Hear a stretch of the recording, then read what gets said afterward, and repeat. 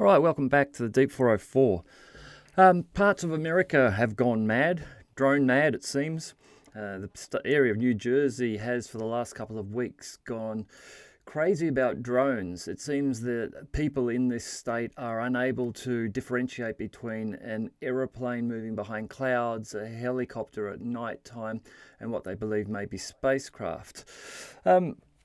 There's a really good debunker, Mick West, who, if you're not aware of Mick West, you should check out Mick West on X. Again, he does some great debunking of the claims that these are alien spacecraft or that these are hyper-tech technology. Some of the videos that you see, honestly, I think people are just doing it for fun, where it will be clearly an aeroplane in the sky and the camera will be turned 90 degrees and they'll be claiming, oh my God, this spacecraft just did an amazing 90-degree hypersonic turn that no normal aircraft could do. There is, although I have seen a Google graph of the search for the term drone, which over the last 7 days seems to have peaked. So it does look like we've reached peak drone and come down again. What some of these drones will have been, now some of them are drones, but what the whole flap has been about is people thinking that they're more than drones or they're super special drones.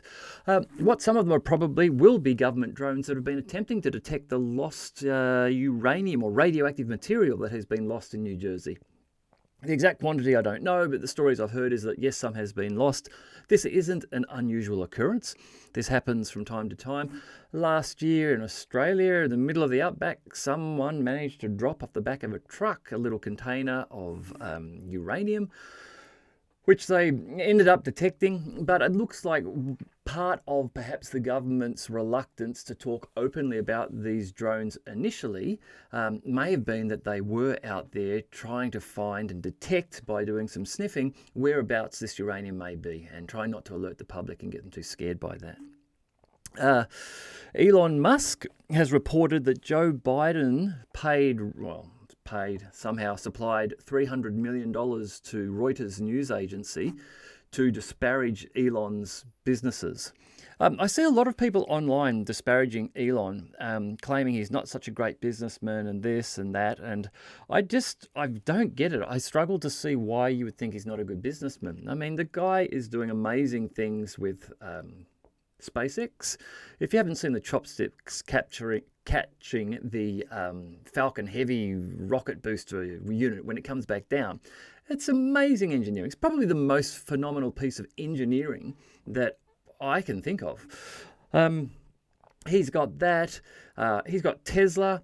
Now, there's some. I might even overlay it here if I get a chance to later on. Some footage of Tesla self-driving vehicle, sensible enough to be going down a small little one-way street. Maybe it's not one-way, but a small street, recognizing, hey, there's enough room if I drive on the footpath there, and I can safely do it. So I'll just go on the footpath. I mean, this thing drives like a confident driver. This is not some clunky old robot driving your car like Aunt Mavis or something. This is pretty cool technology. So he's got that. He's got the Boring Company as well. If you don't know about the Boring Company, he's managed to reduce the cost per metre of boring tunnels to a fraction of the cost that a government would normally pay to do so. And he's running some system where basically he's developed under LA some one-way tunnels in which I believe Teslas operate sort of like taxis, and the price per kilometre of this tunnel system is just dramatically under what anything else could be. So apparently Biden has been trying to get Elon bashed. Obviously Biden and the Democrats were aware that Elon was siding with President Trump in the recent election, and so that will be why. Biden, it does make me think of term limits. It makes me think of the difference between, say, Russia and America. Now, in Russia, Vladimir Putin has been in control one way or another. For 25 years. Since 1999. He was Prime Minister in 1999 to 2000. Then he was President from 2000 to 2008. Then in 2008 to 2012, Dmitry Medvedev became President and Putin became Prime Minister again. And then from 2012 until 2024, he has been President. So there's this old saying that what you really want looking after your country, if you're going to have a government, is a benevolent dictator. In some respects, I would say that's what Russia's got, and it's turned out okay for them. They survived, 25 years of pressure from the West. They're doing really well in this war against Ukraine and NATO forces. I think you compare having that, but then you've got to worry about, okay, maybe it does work okay if you get a good benevolent dictator. Having President Putin for Russia has been good, but compare that to 25 years straight of, say, President Biden and Kamala Harris, how that would have turned out. Chocolate chip. So I said, can we do something about the color of the lid? There is continued noise about North Korean soldiers. Some of the footage I've seen this week has just been ridiculous. These have been pictures of people. You could tell they were people, I guess, from the way that they were moving in the distance in grainy footage, and the Ukrainian propaganda teams are just dropping North Korean flags on top of them to indicate that these are North Koreans. I think the reason it's being done is because the West is trying to belittle Putin's ability to kick the Ukrainians out of Kursk, and saying, look, he can't get them out of Kursk on his own. His army is that weak. He needs another 10,000 North Koreans in there to help him. I've still seen no real evidence of North Koreans fighting for the Russians. Now, I'm not saying there aren't any North Koreans involved in the conflict. As I say, there probably are in observer roles and in roles working with in the rear to understand how the Russians are operating this conflict, understanding how drones are being used in the conflict, because I'm sure that North Korea and Russia are sharing some of that information. But I doubt very much that there are 10,000 of them there. In other Russian news, General Kirillov was assassinated earlier today. He was the general in charge of the radiological, chemical and biological defences. So he would have awareness of things like the biological and chemical capabilities of the Ukrainians and NATO. There were, of course, we know from Victoria Nuland's admission to a Senate inquiry in about 2022 that there were numbers of Ukrainian or American biolabs in Ukraine. I think she didn't want to refer to them as biolabs, but referred to them as research facilities. But just insert biolab for research facility when she's speaking, and you've got the idea. Does Ukraine have chemical or biological weapons? Ukraine has biological research facilities, which, in fact, we are now quite concerned Russian forces may be seeking to gain control of. So General Kirillov would have been aware of these things. He had just recently been accused by the Ukrainians of orchestrating chemical weapon attacks on Ukrainians. Again, there's no evidence that I've seen for this other than the pro-NATO, NAFO crowd saying it has happened. But anyhow, he has been assassinated. This is obviously an escalation. I'm not aware of there being any major Ukrainian political or military figures having been assassinated by the Russians during this conflict. I know there were some strikes on the GRU headquarters, I think in an attempt to get Kirillov, sorry, I've forgotten his surname, the Ukrainian head of the GRU, but that was unsuccessful.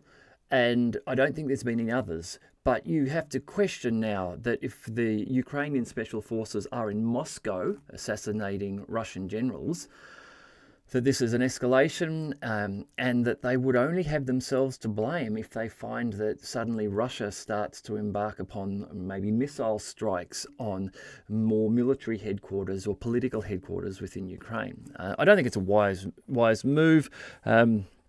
I do think it is probably for PR for Ukraine and to try to just cause problems for Putin so that they can say, look, we could push it, we could do what we like, we should send more money to Ukraine because Putin will never react and never do anything. We'll see.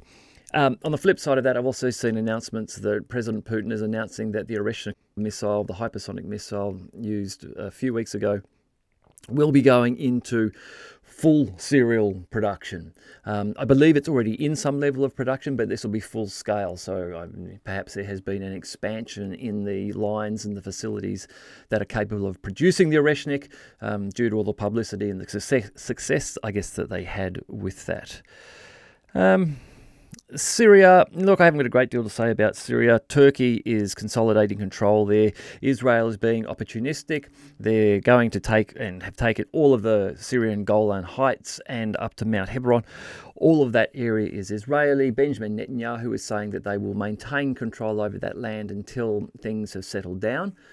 To me, that sounds like a very open-ended statement. I imagine that the Israeli position will be to control that land indefinitely.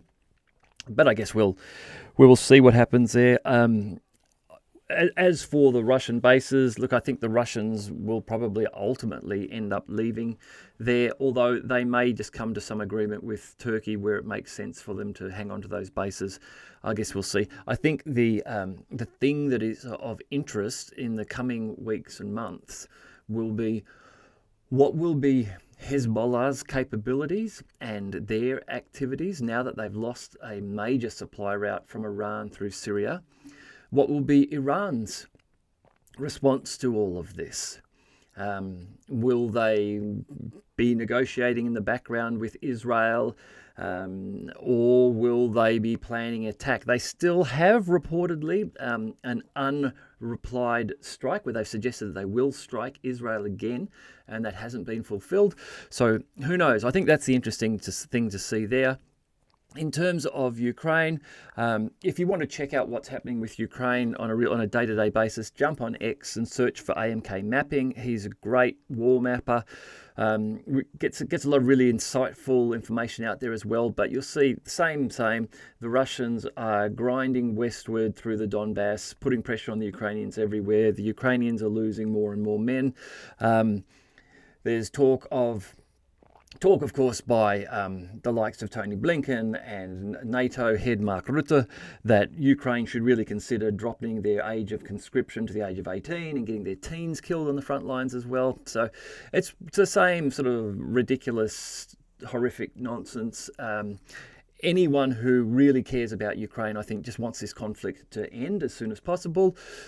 There is, of course, talk around that perhaps happening when President Trump comes into power. Now, Trump comes in on 21st of January, so it's not that far away. It's only a month away. However, thus far, his comments and the comments of his spokespeople, people like Seb Gorka and General Kellogg, have seemingly been talking about slightly unrealistic scenarios where they think that Russia will agree to a ceasefire and they won't go any further, and that Ukraine might get some of its land back, and Ukraine won't join NATO for 10 years.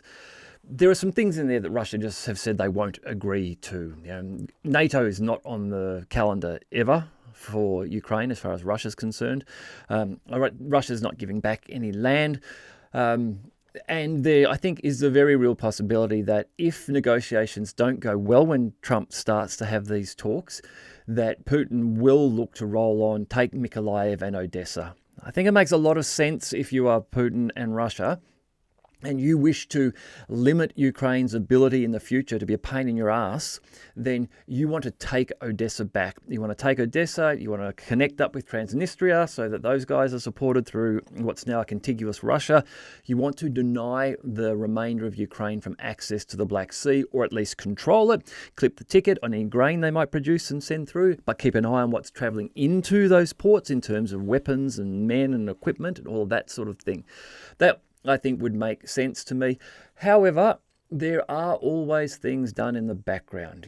There may be some deal done by Trump which will allow something to happen in 5 years' time, which Putin's okay with, which means that Odessa stays open. I don't know. This is what we've got to wait and see. 2025 is going to be an exciting year in terms of geopolitical news. Trump, well, I'm sure, will make sure of that. I mean, if there's one thing about Trump, whether you hate him or you love him, he is at least entertaining when he's the president. So we've got that to look forward to. We've got some further resolution around what's going to happen in Syria. The Kurds and the Turks are going to get right into it. Who takes control of all of that Syrian area? What happens in terms of pipelines going through Syria in the future? All of these big deals, things like that, play into this. So I think we just got to wait and see. But don't hold your breath for any UFO drones being confirmed in a hurry. All right. I'm going to be away for a couple of days because I'm taking the family camping. I'm in the southern hemisphere. We have beautiful summer weather here, so we're going to get to some white sandy beaches. We're very lucky in that respect. If I don't see you before Christmas, for those of you who celebrate Christmas, have a very Merry Christmas and have a good end of year break if you're working and all that. I hope you get a chance to recharge and refresh.